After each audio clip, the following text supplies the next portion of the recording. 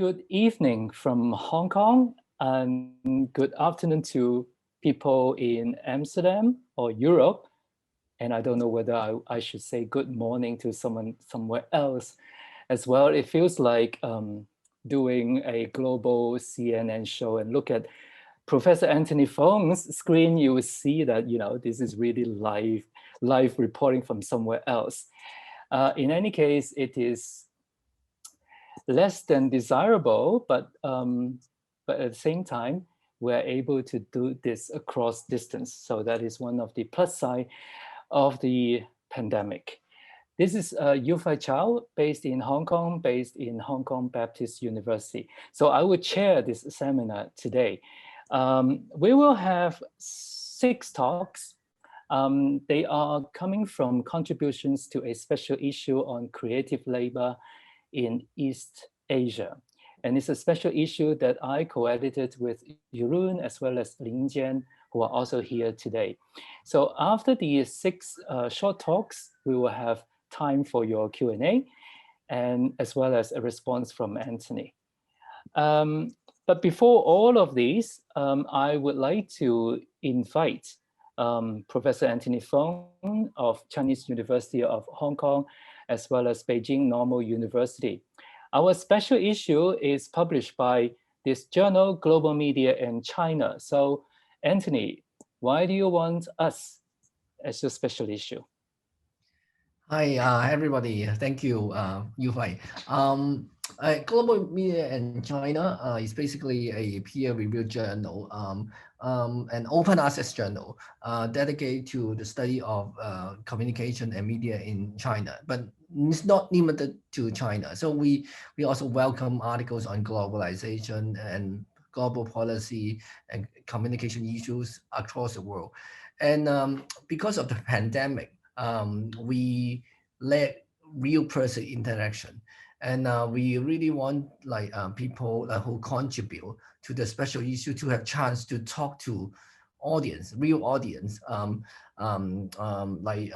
like in this case on Zoom. And normally, actually, we the Global Media in China try to organize an new conference to enable the kind of communication between authors and between authors and editorial board members. Now we can only do it online, but I would like to take this opportunity to thank you, Jeroen, Yu-Fai, who added these special issues.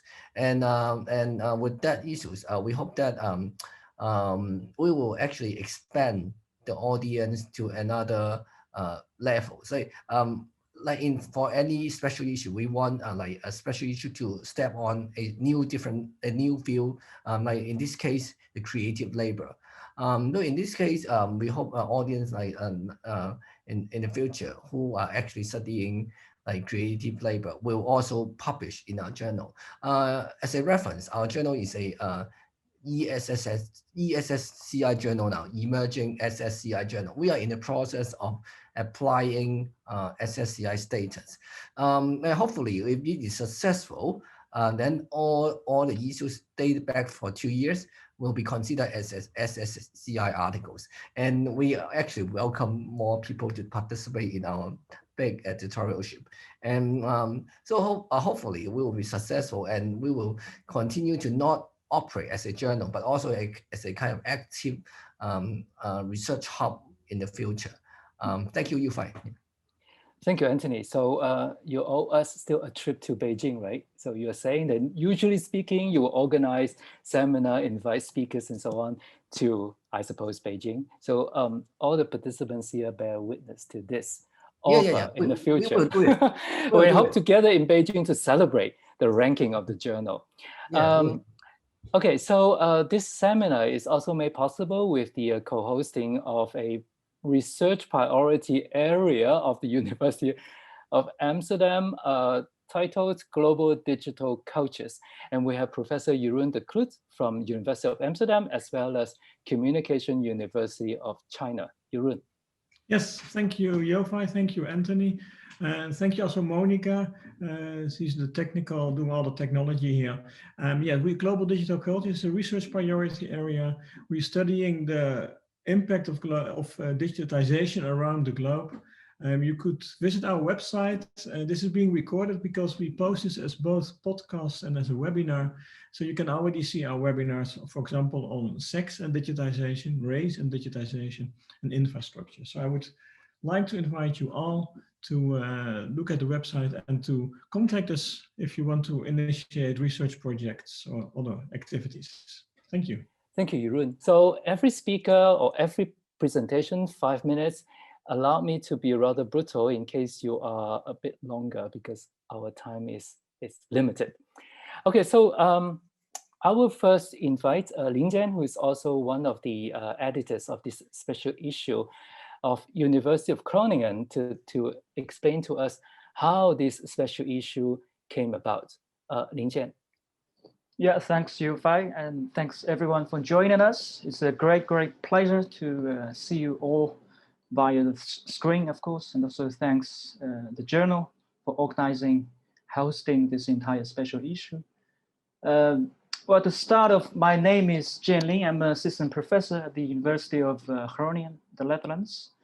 I'm now back in China, though. So it's been a long time, a long story. We started the idea of doing this special issue. I think, if not correct, please correct me, Jeroen and Yofei. I think it was in 2018. We organized a special issue in a workshop in Beijing with Anthony Fung, of course. And from there, we had a lot of discussion about what's going on, especially in the Asian context, about creative industries, about the labor conditions, working experiences. And from there, we collaborated with the journal Global Media in China, and we organized, finally produced this whole special issue. I think there are two motivations or two ideas behind this entire process when we talk about creative labor in East Asia. First one, I think, is, or we think, the need to de-Westernize creative labor studies, especially to take into account the global diversity in the practice of creative work and in the creative industries in general. So that's the very first kind of motivation. Why is that? Because if we look at all these, most of the existing studies of creative labor, especially all the attempts to theorize creative work and creative subjectivity, we seem to see a kind of common assumption of creative workers being white, being male mostly, and also female, but also always based in urban society, and maybe also well-educated, right? So this is a kind of a common assumption of, or common imagery of creative worker. But if we look more broadly, especially when we look at Asia and also look at China and look at Hong Kong, many other Asian cities, we see also a more diverse workforce, a more diverse inclusion of labor and subjects. So that's the first kind of assumption or first idea behind this special issue. The second one is the need to contextualize our understanding of labor and also especially the idea of precarity. Especially when we look at these existing studies of creative labor, we see very often all these critiques and sometimes even very abstract critiques of creative labor, creative working conditions, and lead all the critiques to a final critique of neoliberalism, and try to claim that creative labor is so precarious. But we have to ask, after all, why especially for those creative workers, are they motivated in the very first place? Why they choose to be precarious? Why they choose to, work for the creative industries, to become a creative worker? So that's the very first question we have. And also, what does precarity mean in different societies, especially when we look at the different social and also economic situations in East Asia, especially like China, where the entire political economic system is very different from the Euro-American societies. So what does precarity mean, right? If you allow me to reference to some other research, other works, if like Brett Nelson and Ned Roster have mentioned already 10 years ago, more than 10 years ago, that precarity may not necessarily be a norm, but actually an exception, or precarity is actually the norm for many Eastern countries, especially the countries in the global South. But Fordism or well-being or this kind of welfare state is actually the exception. So precarity is not so special for contemporary human beings. So if that's the case, then what else can we say about creative labor and creative working experiences? So these are the premises or the initial ideas behind this attempt to organize this special issue. And we have some contributions. They have directly or indirectly respond to these questions.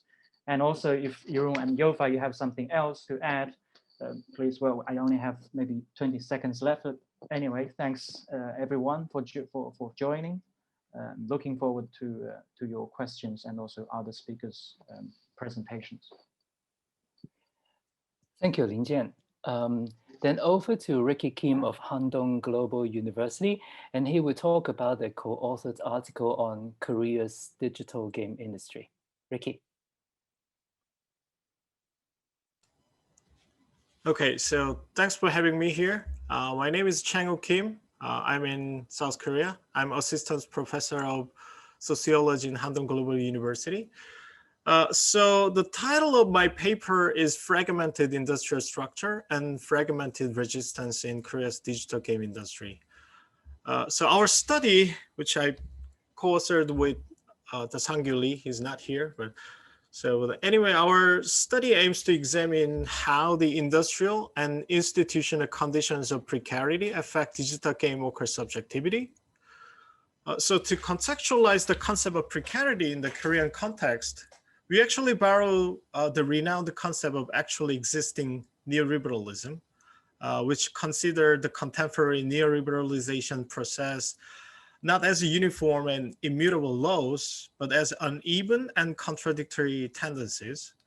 So we suggest to use the concept of actually existing precarity. And based on that, we argue that Korean creative and digital game workers are confronting the global tendency of precarization, but with Korean characteristics. So then what are the Korean characteristics? As our paper's title shows, we found that the rapid industrial fragmentation and polarization is actually taking place in Korean game industry, which divide the game industry into two different sectors. So if you look at one side, there are very big digital game companies, they're global companies, such as NCSoft, Nexon, and Smilegate, etc., which they can still produce PC game, which allows relatively longer production period. On the other side, there are small-sized companies and so-called indies, mostly focusing on producing only mobile games. That provides shorter production period, longer working hours, and more precarious working conditions. The problem is that this industrial fragmentation is actually differently impact on digital game worker subjectivity and causes fragmented resistances among game workers. So to retain their labor motivation and to promote their professional career as what they called authentic game developer, this is a kind of self-identity which they make some kind of distinction from general office workers and blue-collar manual workers. So they think that, I'm more creative than, blue-collar workers and office workers.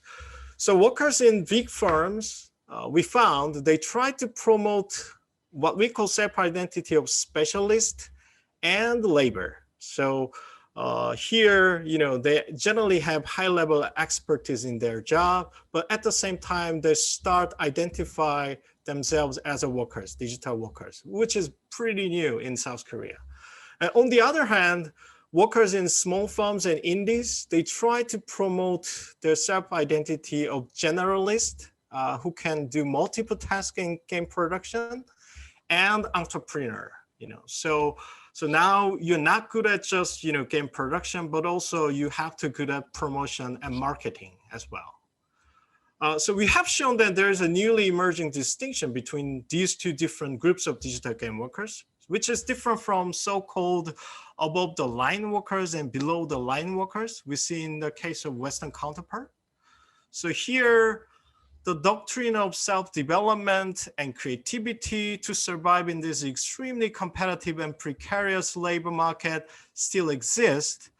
But in case of workers in big firms, at least in South Korean case, they start inventing more political identity of digital workers by organizing game workers unions, which is meaningful new direction we found in creative and digital labor in general in Korea, because organizing labor union in this sector are perceived as an impossible task, especially in South Korean history. But at the last part of our paper, we actually suggest that there are still limitations in these newly emerging labor unions.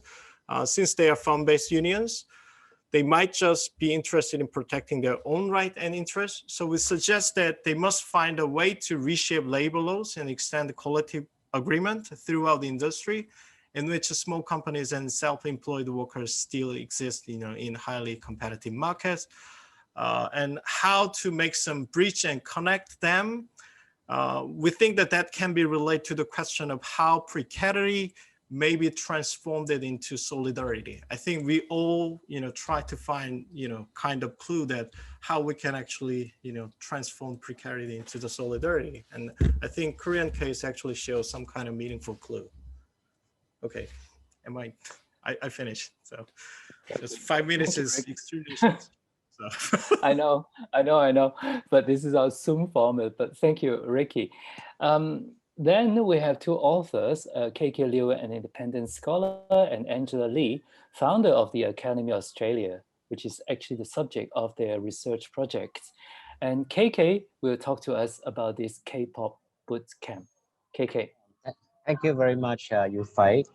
So this is one of the papers that I'm working with Angela, someone from the creative industries, to look at actually K-pop in another way, in a more practical, empirical, everyday basis, not as the alarmist versions of, exploitative labor conditions, hypersexuality and commercialization, but actually on a daily basis, how do people or, audience, in terms of audience response and audience studies, how do people leverage on popular culture, popular media from just a text to a resource, and how they do how they re-represent the text that's originally produced, how they reinterpret it, and how they reorganize the arrangements in that of K-pop.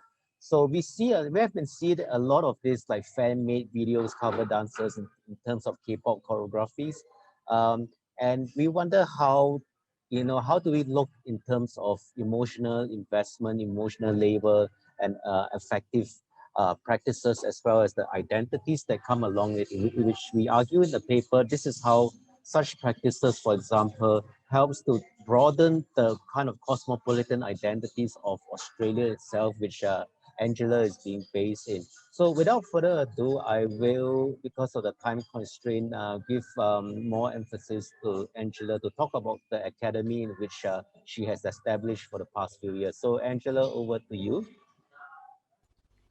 So basically with the academy, what we always try to do is to create that experience of becoming a K-pop trainee for a segment of people that may not necessarily be able to fit into the general stereotype of the K-pop trainee criteria. So that plus also people that wanted to experience what a K-pop training lifestyle is like before they make the decision to jump into a long-term idol career. So that's what we took on, and that's how we have the K-pop bootcamp sort of concept, and that's how it all began. And last year, before COVID 2019, we had the last bootcamp at the Produce 101 filming site in Seoul, near Paju. So we brought the whole experience of K-pop and took it on another level to bring it to people that may not necessarily have the chance to experience something like, K-pop traineeship. So that's K-pop. So that's the academy on a very high level. Yeah, I just want to add, very specifically that Angela is based in Australia, but she's Singaporean. And, just a bit of like nationalistic feel here that this is what we, in Singapore, we try to use a small size to augment our presence more. So Angela has been very instrumental in connecting Australia to the broader region of Asia. Not just as people living in Australia, but, also trying to broaden the whole identity of Asia in terms of her creative practices here. So Angela, do you have anything to add on your part? Nothing on my part, so I'll leave it for anyone that has any questions for us in our paper and the kind of creative work that we do outside or augmenting on top of the K-pop industry. Angela, since you guys have 2 more minutes, may I then ask you, can you explain a bit further to us what sort of K-pop boot camp it is? What do you exactly do? So basically with the K-pop boot camp, right? So like a trainee. So a lot of people will look at the videos or hear on the forum or read about it that K-pop training is really, really hard. But you can't really experience something from reading it. So what we do is we give you that experience in a very organized way, in a time-limited way. So our bootcamp is usually about 10 days. And in that 10 days, you learn how to dance, sing, live like a trainee, modeling, acting, photo shoot, makeup, everything, and performance in front of talent agencies, so entertainment agencies. And our training period is basically from 5:30 a.m. to 11 p.m. So you have a full lifestyle of a K-pop trainee. And I think maybe just to add very quickly in terms of creative labor. So it's not, the leveraging process has also allowed Angela to create her own economy. She has created jobs from the academy. Trainees have become instructors. Am I right, Angela? Yes, that's right. So our trainees have gone on to become instructors. They have gone to build their own dance studio in the very different states in Australia. So that's how they leverage on top of our reputation, and then they move on to something else. Okay, thank you, KK and Angela. So we move on to another author, MEICHENG Sun, a PhD at Nanyang University of Singapore. Her article is on Chinese fans of K-pop. MEICHENG. Hello, everyone. I'm very happy to share with you my research. And actually, for this paper, I have conducted a case study on the fan labor of a K-pop group called GOT7. Their Chinese fans fan labor. I have done participant observations and in-depth interviews and found that some fans engaged in fan labor, and I have categorized their fan labor into 3 types. The first type is specialized labor, which means the labor produced from the fans' creativity, knowledge, and specialized skills. For example, some fans, they produce photography for their idols using professional cameras, and some others, maybe they produce translated subtitles for the idol-related videos or programs. And the second type is managerial labor. This means the labor where fans organize events to assist existing and potential members of the fandom and to promote their idols. As for this, I can use the example like some fans organize events to celebrate an idol's birthday or the group's anniversary. And another example is some Chinese fans, they take group orders for other fans. It means that they help Chinese fans to buy idol-related products from Korea. Then the third type is unskilled labor. The fans, this refers to the fans' repetitive engagement with officially released products of their idols, including music videos, social media postings, and physical albums. Then the fan laborers, they collaborate with each other translocally and transnationally. For example, the Chinese fans in different cities, they organize like anniversary celebrations. The fans organizers from different cities, they will share their ideas and share some designs of the gifts to be given to other fans. Then the fans also collaborate with each other internationally, transnationally. The international fans, for example, they try to boost the album sales together. The Korean fans will stream the music on Korean platforms.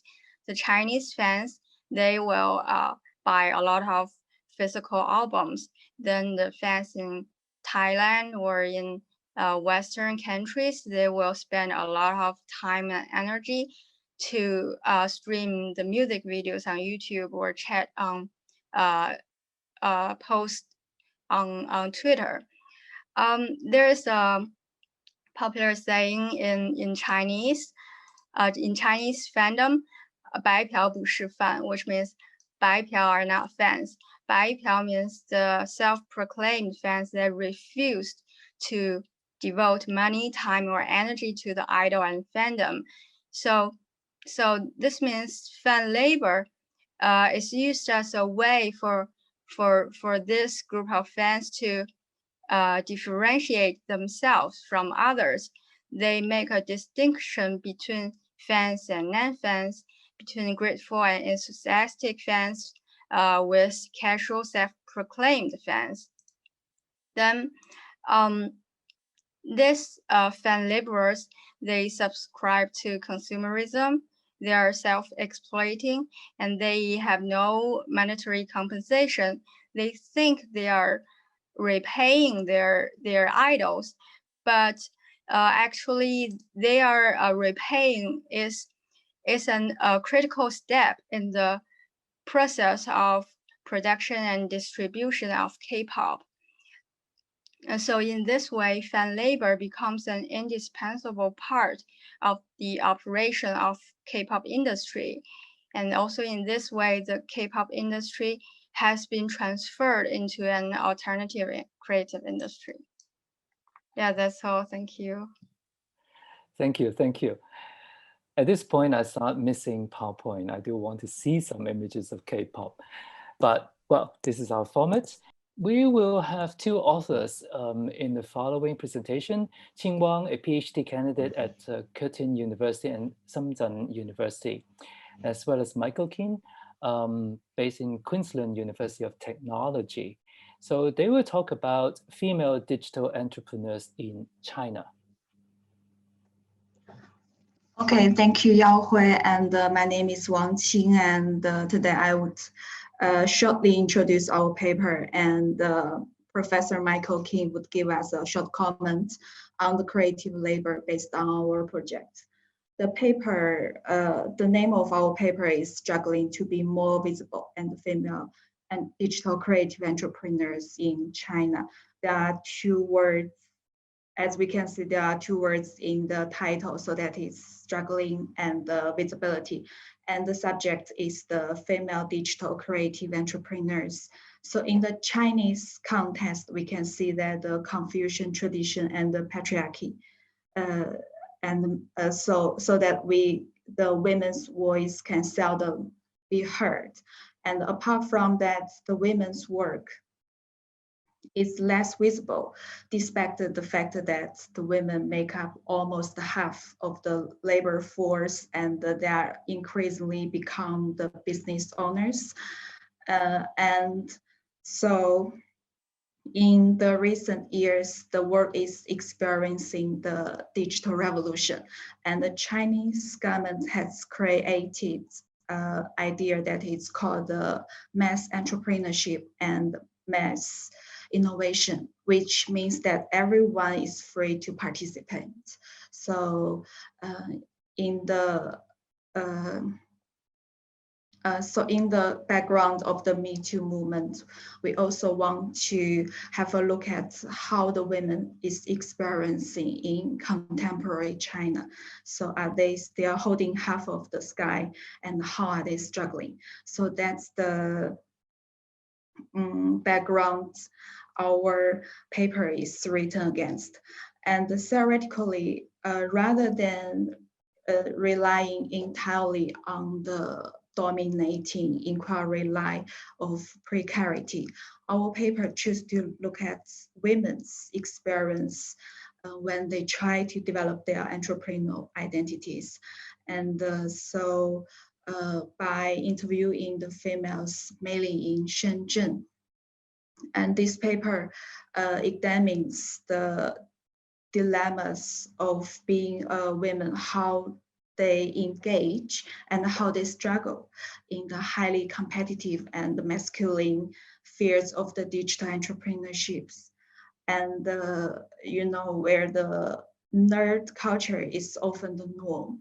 And apart from this, we also considered their gender roles in the domestic settings. Women are often played as the moms and wives, and in the public space, they are professionals and entrepreneurs. And apart from this, we also examine the creativity, which is embedded in the creative-based identity. And later, Professor Michael KEANE would shed more light on this. So I would stop here.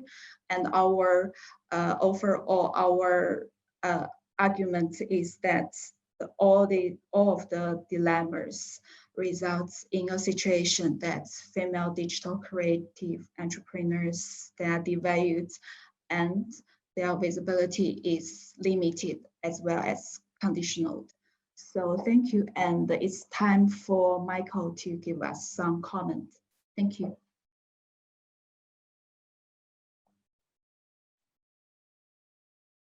Unmute. Can you hear me? Okay, good. Quickly, very quickly, I've only got about 1 minute, so maybe 2, but we didn't use this term precarity in the paper very much, even though it was a special issue, mainly because I don't like the term myself. That's part of the reason. I think there's better ways of saying it, but we talked about one thing was the insecurity of creativity. It's the question, am I really creative? The people who were doing creative work had this insecurity about, am I a copyist, or am I really creative? And this applied to the women in the study as well. And then there's the uncertainty of maintaining an identity, which is the question of visibility. The uncertainty of maintaining identity in the creative class. It's also a struggle. Then there was the challenge of being female in a highly masculine world, as Ching has also referred to. That's another part of it. But finally, where I would use the term precarity, I suppose, is the elephant in the room, which is the precarity of using the term creative in its global sense, which is challenging the status quo. It's quite difficult in China to operationalize that term, that meaning of creativity. It will get you into trouble. It puts a mark on your social credit. Now, is this changing? Yes, we think it is changing. How does it change? We would argue that it changes through witnessing. People prove what the idea of modest witnessing. As people witness these things happening, there is gradual change coming from below, and there is some policy from above, which is recognizing the fact. As well, globally, you have the Me Too movement. So all these things are kind of like the context of our paper. So I hope that people can read it and give feedback. Thank you. We go to the final presentation of today. Yvette Wong is a PhD at the University of Amsterdam. I'm the co-author of this article on failures of creative workers in Hong Kong. Yvette. Thank you for having me here, and thank you, Yufai. I'm Yvette. So let me start with some background. In 2014, I was an MPhil student, and Yufai was my supervisor. And my project was focusing on a group of Hong Kong 文艺青年, which is a group of literary youth. So I was studying their poetics and politics in connections with precarity. At that time, they talk about the alternative lifestyle and also their aim at reforming the Hong Kong cultural scene, as well as their sense of missions and the aspirations of becoming a writer or filmmaker, or in general, a good person through their works. So they believe in their passions and also other symbolic powers of creativity they understand to sustain their hope in the struggles and precarity in Hong Kong. So this quite echoes to what Anna Arlakovska said, that the central practice of coping with precarity is keep hoping and keep going. But 5 years later, in 2019, I found that some of them I met in 2014 had failed to keep going, keep hoping, and they are not only quitting their jobs, but even leaving the entire literary circle. So Yufai and me decide to follow up as a longitudinal research, and we want to understand how and why they fail to keep hoping and keep going. Precarity has been a central issue in discussions on creative labor, and our research aims at enriching these discussions empirically with the perspective, especially on failure. And it is not easy to talk about failure or invite them to talk about their failure. And so in this article, we want to put forward two major arguments. First, failure is a significant phase of creative trajectories. And when we study creative labor, we should not only focus on their aspiration or expectation, but also the abandonment and disillusionment. And second, we want to push the discussions of precarity beyond economical understanding. And so our article starts with a theoretical framework on precarity and failure. And our analytical core presents the findings of two series of in-depth interviews with 5 of these 文艺青年 who so-called failed to continue their trajectories. So they are Hong Qiu, Yat Ming, Sam Tat, Wang Qing, and Nate. And informed by their experience, we observe 4 dimensions here.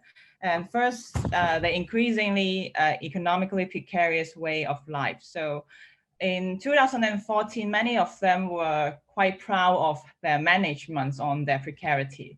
So I still remember one of the informants told me proudly how she overcome with the overnight working at the office with a bed just right of her table. But after 5 years, it became quite impossible for them to continue.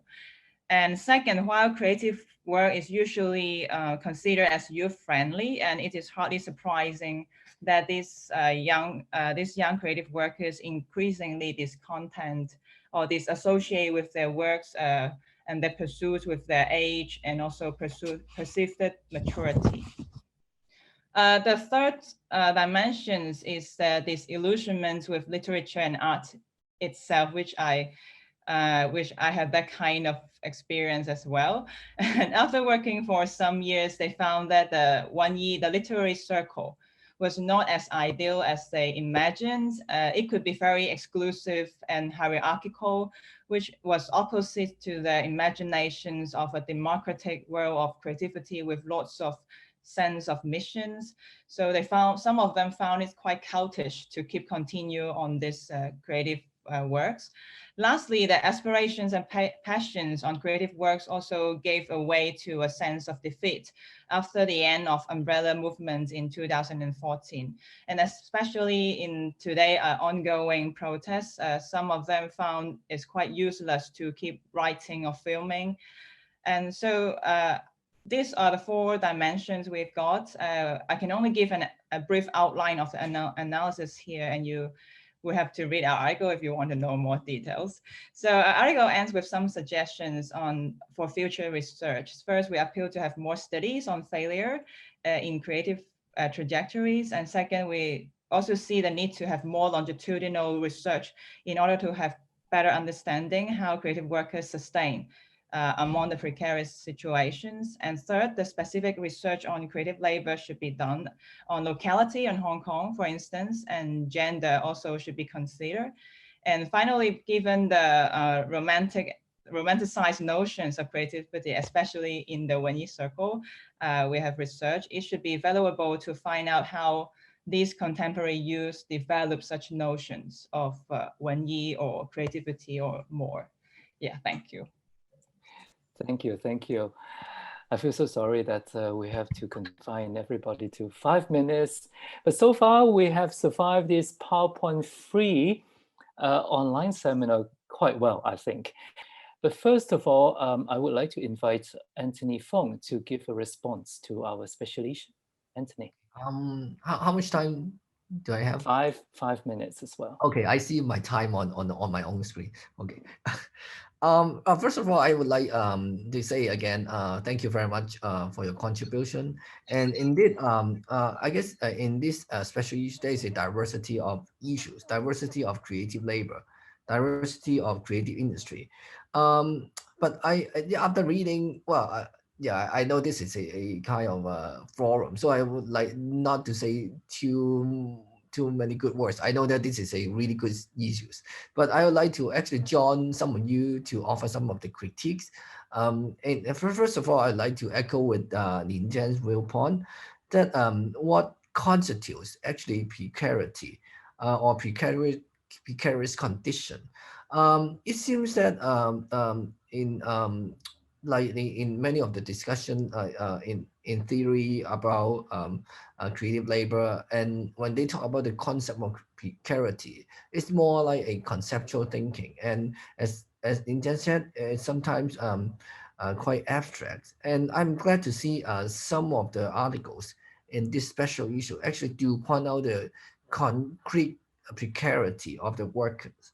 To a certain extent, I actually have some like mental dialogue with my own mind on cultural studies. I also working on another journal on cultural study, International Journal of Cultural Studies. I remember in cultural study, of course, we offer theoretical critique. We are the leftist critiques on different like cultural phenomenon, on labor, on cultural industries. But I also remember that in cultural studies, besides these theoretical critiques, if I want to call John Fee's argument, I would probably say that there must be a kind of pleasure. John Fee emphasized pleasure of consuming, producing. It seems that overwhelmingly, when people like engage in work in labor, immediately they jump into conclusion about failure and dangers. But are there any pleasures or other another side of it that are undiscovered in this research? I probably want to know more about that. And second thing about cultural studies that in fact, as Wang Qin actually mentioned that in fact, in the study with Michael, when they talk about precarity, they're talking about women being in a really disadvantaged position. But is it true that actually cultural studies have already like extensive study on like the division of like classes, division of gender, generational differences, space, and so forth? Why would we actually like especially pick up the issue of precarity and apply it to the issue of labor? Couldn't we return to some of the really fundamental arguments on division of classes, gender, and so forth in cultural studies? There's something that I think we can talk further. And as I go along with all the presentation, in fact, all your work actually like have a wide spectrum from actually labor working in a really big industry like game industry, and to some of the artists working more or less individually as a group. So actually, I responding to responding to Yvette's argument, whether the kind of illusion of art or in art labors is it really real? I mean that like when we say, of course, when people are engaged in a big commercial firm in like creative industries like Tencent, TikTok, and these are big companies. Of course, we can talk about that they're working in a large, giant capitalist machine, and then we offer a big critique of it. But when we talk about the illusion of artists working in this small space, I would like to actually link this kind of research with more like the kind of research on DIY culture. And DIY culture never celebrates the kind of successful story of the artists. So they are not talking about their precarity. They're talking about what do they really achieve like in the process. So instead of like talking about the failure, they're like the economic disadvantage, can we think about the real issue? As actually Michael mentioned, that it's a very real issue. Whether it's that they feel they celebrate the sense of creativity, they celebrate the sense of freedom, autonomy, and of course pleasure, as John Fitz also mentioned, and that would actually advance the kind of study of creative industry. In fact, when we say creative industry, and creative labor in this kind of job, it's a kind of big term. In fact, some are really big industries, some are actually not that big industry, more like a kind of individual DIY work. And to return to this, I guess in the future of the study of creative labor, probably we have to return to the real question of it. Say, when we say digital labor, like KK and MEICHENG mentioned that. So what is the enabling factor of the digital work? What is the disabling factor of the digital work? So this is the more real issues, rather than continuously like pinpointing on creative on precarity. So I somewhat like I agree with like what Michael just mentioned. And Anthony, can you round up? Sorry, last minute, right? Your time is already up. Oh, sorry. Let me stop. Okay. Okay. You don't want to have one more sentence to round it up? No. I just want to say that in fact the last sentence I want to say is that I want to thank you again all your great work. Yes, that's all we need. Okay, thank you, Anthony. Sorry about that. Let me raise the first question on behalf of Xin Yi. Her question is a bit broad. It's basically about internet use and its impact, possible impact on culture as a whole. But maybe I can try to rephrase it or narrow it down to how internet use impact on creative work. Would anyone want to respond to this? Yeah, maybe I can say something a little bit to start the conversation. Well, I don't want to say much, but maybe just promote myself, my own recent work, because co-authored with Stuart Coney and David Craig, we wrote a book titled Wang Hong. This Wang Hong as Chinese entertainment, social media entertainment. So that's the kind of scholarly work focusing on the production economy and also working experiences of social media influences based in China. We call it Wang Hong in Chinese. So maybe that could be like a first a starting reference for us to explore this question, because apparently it's a very broad issue. Social media is part of the internet, and internet is an even broader world. It definitely has changed a lot the practice of creative working and creative labor and creative workers. Thank you, Lin Jian. Michael. Yeah, but that, I guess the other side of the story to that is this increasing sort of development of Wang Hong and this grassroots creativity. You have a lot more creativity, and the sustainability of this kind of creativity is very short-lived compared with the traditional, formal creativity, which also was often short-lived, but it was more structured. So you're getting a lot of people jumping on this, and creativity in itself runs the risk of being hollowed out over a period of time to being something that just, like I mentioned before, like almost like a stream of consciousness. It comes, it goes, and where does it stop, and what does it mean? That's the danger. I won't say a danger. That's the issue we have to investigate. Thank you. While waiting for more questions, shall we return to Angela, who posted the very first question, actually. So you want to ask something comparison between, so Angela, would you like to ask the question yourself? So I'm listening between MEICHENG and Ricky. So I'm just thinking between the two kind of fandoms and creating labels in esports and fandom economy, how there might be similarities, right? So you have fans obviously in esports, and they can be very creative in what they do as well to support their esports games or esports teams. And then you have obviously K-pop fans that are very good in their creative way to support their idols. So fandom economy is not a small economy, it's a huge economy. And I'm just trying to understand if there are similarities in this fandom economy, like between the two.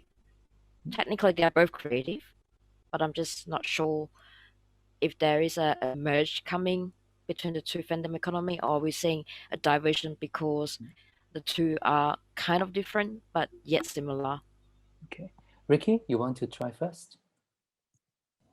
Well, I mean, I have not much to think about those issues, but just comes up in my mind is fandoms now becomes, future army for the labor, especially in the game industry, generally how, young workers actually enter the market, the labor market, is they starting from the fan, the huge fan of the game. They spend a lot of time there.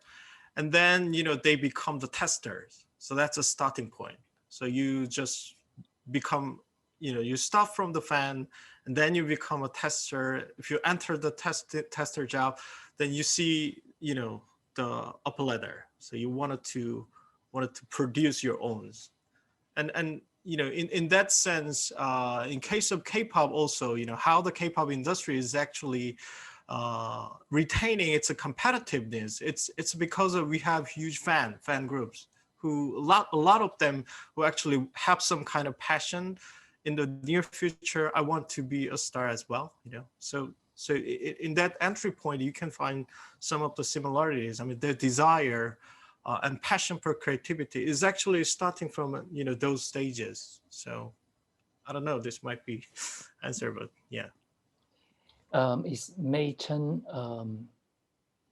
there? Yeah, Oh. I'm here.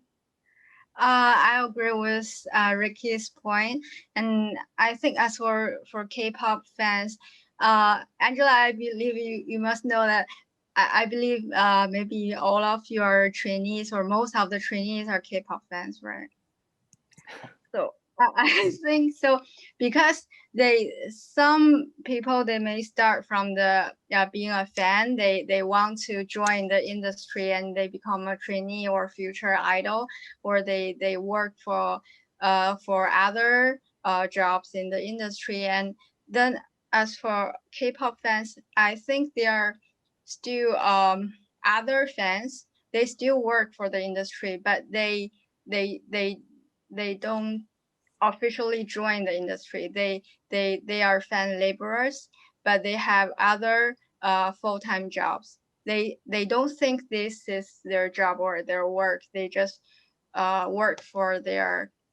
They think they work for their idols, but actually they have already worked for the industry. In the meantime, Jeroen wants to respond to Anthony's response on the point of pleasure. Jeroen. Yes, thank you, Yohai. Thank you, Anthony. Thank you all for the wonderful presentations. They brought back to mind also a really great workshop in Beijing with a great hot pot in the end. I liked Anthony's point actually about pleasure. That's so it's a bit an old school cultural studies point, right? The John Fiske sort of, where's the pleasure in all this? And I do sometimes feel that if you look at cultural studies today, that the debates have very much gravitated towards the questions of political economy, questions of precarity, questions of abuse, questions of control, surveillance, the question of data capitalism. So the pleasure has been lost. We lost the pleasure too much, I feel. And I do think that theorizations indeed like John Fiske, but also like Stuart Hall's idea about identity as becoming instead of being, and the pleasures of becoming, which connects me actually to what Michael KEANE just said about how all these pleasures are very transient. They're very ephemeral. So all these creativities, which bring in a lot of pleasure, they're so short-lived. So the question of sustainability of these kinds of becomings become more and more important, I feel. How to solve this? Within the research priority area, we devoted time, a special section about the cultural practices around digitization. But I do think that it's important to actually go back to work like Fiske, like Stuart Hall, like Eng, and like David Morley, to go back to that kind of work and reinsert all these debates about political economy with that theorization, that kind of theorizations. Thank you. In the meantime, we have received a question from the audience. Guanqing asked a question about the hegemony and privilege among fandom community produced by fan labor. So anyone wants to respond to this question? I actually don't quite understand the question myself. Would Guanqing want to explain it or present the question yourself? Or would any of the authors want to respond to this about fan community, privilege, and so on? I would understand it as that how fandom actually constitutes a community is also a community of exclusion. So that there's also cultural hierarchies within the fan community, within fan labor, and some fans are worth more than others. So the internal competition. Okay. So fan, aside from pleasure, I would indeed think it's not just pleasure, it's also a lot of competition, a lot of rivalry. Yeah. Maybe MEICHENG can elaborate on that, because I think you have already touched upon that some fans do not consider other fans as fans these days. So maybe you can respond to this, the hierarchy. Yeah. So my paper is on, actually, I think the situation has changed over time. But for the situation for now, in the context of K-pop fandom in China, some fans, they engage in fan labor, and they think they believe they are fans. The fans who don't engage in fan labor, they think, oh, that they are self-proclaimed fans. They are not fans. But for those fans who they still think they are fans. So it's kind of so it's easy to see fan wars on social media. Then so as for the K-pop fans, they love the idol, so they want to have more opportunities to be closer with the idols. In K-pop, you must to pay more money. If you are richer, you have more opportunities. You spend more money on your fandom, you will have more opportunities to get closer to your idols. Then if you like post your experience on social media, the photos, or you can easily get more attention or more social capital in this fan community. Yes. If we don't have more questions from the audience, I want to abuse my privilege as the chair. I want to ask something that we have done our wonderful workshop in the much happier time, the pre-COVID-19 time. And our research took place also before, I think, before the COVID-19 time. So how would the current pandemic actually affect your findings, if you like, or your position now with your paper? Would anyone want to comment on that? Now that we are in the pandemic, let's update our special issue on that front. An invitation. everybody can see that I haven't asked the question earlier, so that, you know, this is not something that we agreed between us. Someone, I hear something. Yeah, it's me, Jen. My feeling is when we are talking about creative workers, apparently the pandemic has really limited the mobility of creative, that is needed for creative work, right? Especially in for example, pop music. But also, if you look at, especially related to the question of, I think someone raised earlier about internet, about social media, it actually creates opportunities for some other creative workers who might be, for example, those social media influencers, right? And also it actually enlarges our connotation of creative workers. So that's something I feel could be some observation during the pandemic. I'm also curious to hear others' response. Anyone else? I also want to say something because I had a talk with one of my participants during the COVID time, and she's kind of related to the online education field. And she told me that her business has experienced a huge leap during this time when the universities and schools transfer their curriculum online. So she got more opportunity to the collaborations with the universities. How about Angela? Sorry, how about Angela? Since we've heard how the academy works, that you gather them and you train them, and it's very intense as a boot camp. Now with the COVID-19? So yeah, so in our case, now with COVID-19, the situation has obviously changed. We can't actually invite our Korean trainers, and or we can't go to Korea for training. And especially we cannot train in groups like what we did in 2019, where we are 100 trainees training together, right? So what we did now is we changed how dance classes are held. So in the past, dance classes, you would have like people coming in and out randomly. But now we limit our dance classes to less than 8 people to a class, and each class lasts for 5 weeks specifically.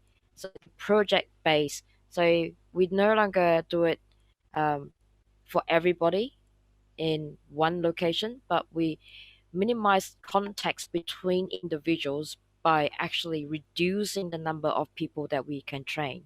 So that's one area. And obviously we got training materials online as well.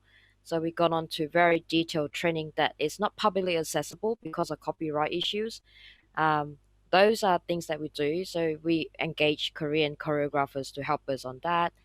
And online, definitely we move away from Zoom because a lot of people does Zoom dance training, and after a while people get a fatigue on Zoom dance training because it doesn't make a lot of difference after a while. It's like you can just watch any YouTube video and learn from it. But we gone down a different path. We go pre-recorded dance video, but in very detailed level of dance teaching. So it's closed. It's not open to everybody. You have to register for it, and that's an online training that we have moved into. And obviously we got online training for vocal as well. Certainly things have moved on to online, but offline we are coming back now. Australia is having good record for COVID. We got 0 cases now for like 30 days, so we are allowed to socialize. But in terms of the way we teach dancing, we no longer teach it randomly. It has to be a project based. You join for 5 weeks, and every class during that 5 weeks, we know exactly who is coming and who's not coming. So it's very, very defined group of people to minimize contact. So our studio is 400 square meter space, but we only have 8 people dancing. So yeah, so everything is COVID safe plan to make it safe for everybody. Yeah. It's quite cliche to say that things are changing, including the pandemic. And I think we are all working on creative labor in a fast changing East Asia as well. So obviously we still have a lot to do. This is the beginning or the carry on of a long-going research on this very important issue. And of course, our aim here is to invite you all to check out our special issue on global media and China. So before we end, I understand that Anthony wants to do some pitching for your journal. In fact, our journal is open for anybody who is interested in China and media and communication. Like actually, we receive many emails from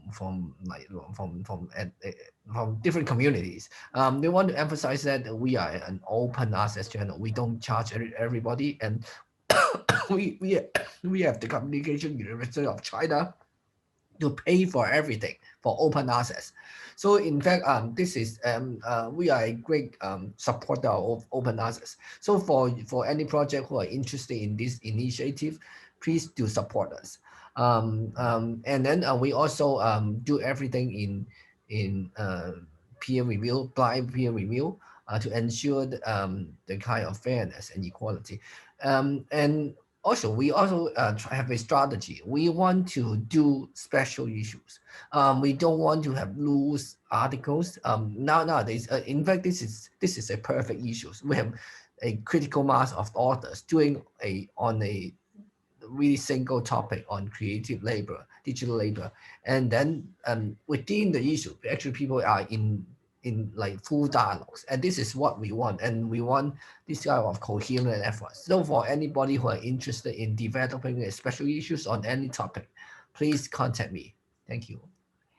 The other organizer of this seminar, Global Digital Cultures. Jeroen, do you want to say some last words? No, I would like to thank Anthony for hosting this indeed, and I would like to thank Thomas Poel and Monica Baptiste for all the support from our side. Please check out our website indeed on Global Digital Cultures. If you're looking for partnerships, we're looking for new projects, and actually this time has become quite a good time to connect at least, and then prepare for the work we can do after we can travel again. Thank you all. And I also want to thank Xiao Han of the journal, who helped organize this wonderful gathering. I want to thank all the speakers today for this very brief presentation, and I think we have all done a good job, and I hope all the participants here, you go and check out the articles, which are so much more nuanced, complex and everything, and then tell other people also to check out a special issue if they're interested in creative labor. So I think that's it for tonight in Hong Kong and in any rate. And I wish you all a good day. And so till the next time.